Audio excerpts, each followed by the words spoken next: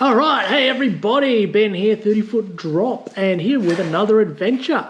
So we're heading out camping, and after our experiences up in Coral Bay there, we decided we needed a way that we could camp that was going to be quicker and easier for night trips. So if we're heading out to do a four-wheel drive track or something similar, then it's very easy just to set up for the night.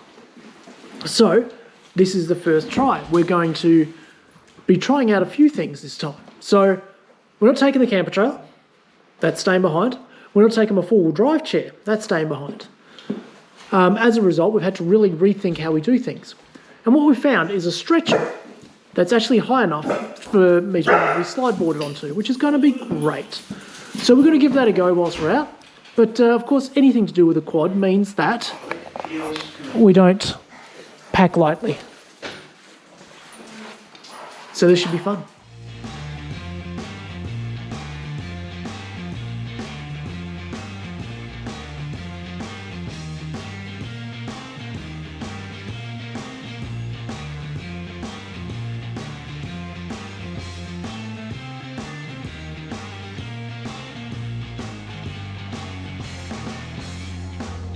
So here we are out at Jarrahdene campsite. I thought we'd try doing something a little bit different with our camping this time. Instead of bringing the entire camper trailer, we've gone light and we're trying out some new stuff. So we've never been here to Jarrahdene. This is the first time that I've actually stayed at a Department of Parks and Wildlife booked site, and it said it had accessible sites. So here we are, giving it a go. Let's see what happens. Hey Lauren, what do you reckon of the scenery? Nice. So here we are the next day.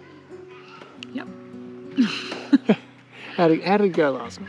It was good. So it was interesting doing it in a different way, doing the camping. We were able to slide board Ben pretty easily onto the stretcher with the mattress on top. Yeah. And the mattress didn't move out and dump me on the floor? No, it was the way we put it into the tent was really good. So, yeah, it was quite snug in there. And, yeah, it was good. It was actually the easiest camping, I think, that we've done. And I'm not feeling stressed this morning about having to pack up because it's such an easy pack up. And that's really nice. Yeah, and any time to be all less stressed when it comes to this sort of thing, the better. Because, you know, I don't want to be the only one who finds these sort of activities relaxing. Yeah. And how'd you find the swag last night? Yeah, swag was good. It was a little bit claustrophobic-y because Ben's swag isn't very high, so there's like this much room between my head and the canvas. Yeah, but it was really nice. It was really cozy, very warm. I mean, when it comes to claustrophobia differences, we're very different when it comes to that. Yeah. You know, I'm quite happy to sleep with a beanie pulled down over my eyes and the blanket's right up on, you know, up to my nose sort of thing, and I've got no problem with that. And yeah, I've slept in some pretty interesting places over my time as well. I don't like that sort of thing. So yeah, so we're looking into getting myself a different swag, one that's a bit bigger, a bit more room. Yeah, and it's good. It'll be a good setup. I think we've done well.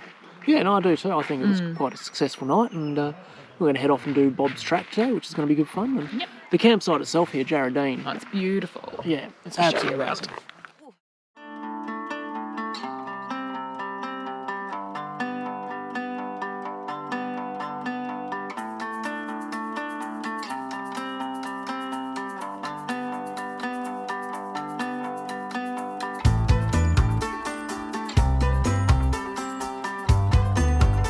One of the great things about this place is that all of the campsites, you're not really snug into each other. So like that's Jill and Bill, and then the next closest campsite to them is over there.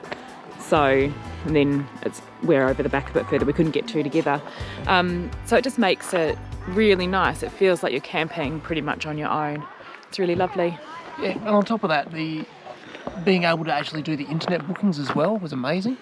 So a lot of campsites in national parks used to be first come, first served, but now you can actually jump on and book in advance, which is brilliant and made it so much easier when we were actually planning on where to go.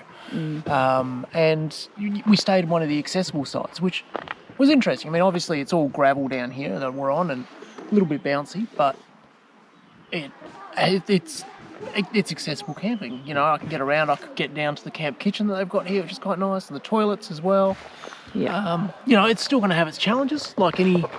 I think the only thing that would make it a little bit more accessible would be if there was like a path that was a little bit more stable, a bit more concrete from the accessible site to the bathroom and to the kitchen, That's a good point. because not everyone would be able to get through that.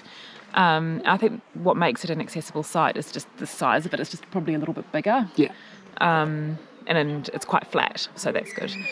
Yeah, whereas Yeah. like the one over here, it's on a slight slope one way. But yeah, I mean, I love it. I'm really looking forward to actually trying out more, and congratulations to Department of Parks and Wildlife for actually doing this, because Yeah. it's really amazing to see that this sort of thought has been put into areas that would never have been thought of in the past. Yeah. You know, this is not something that many places do, so it's brilliant.